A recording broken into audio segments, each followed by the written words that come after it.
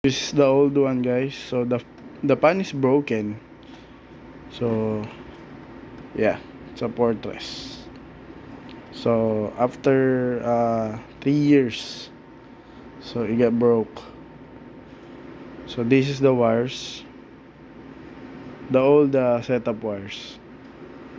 What's up, guys? So we have a PC here, and nothing much actually. It's a pretty stock Intel Core i5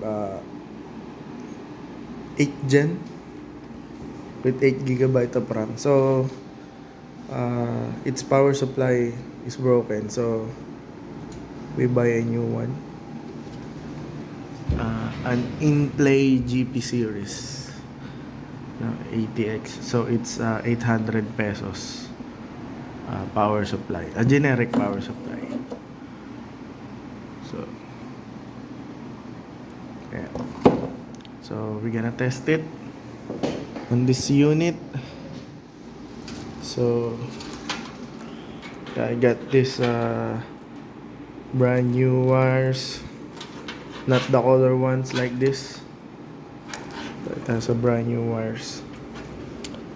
So yeah, so we're gonna hide these wires at the back by putting it like this.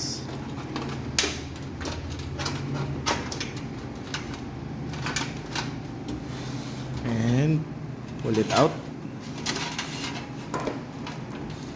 So we are doing this because we want a cleaner look, on our desktop. So we will just show you what will happen next. And this is it, guys. Clean, simple. Yeah. So we're gonna see the performance of this InPlay GP 250L GP series. So yeah, that's it. So this is the specification of the InPlay GP 250L. This is the brand. So 80% efficiency, 220 to 240 volts AC, single plus 12 volts output, and compact size, built-in 120 cooling fan, fixed cable design, and complete protection, OP, UV, etc, etc. So it has a GP300L, but we're gonna just stay for 250. So yeah, this is the GP series InPlay.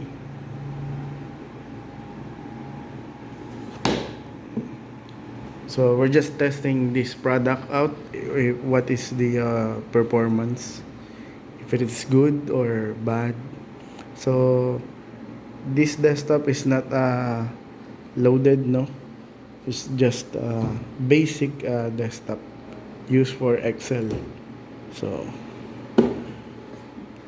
we're gonna see the performance of this InPlay GP series.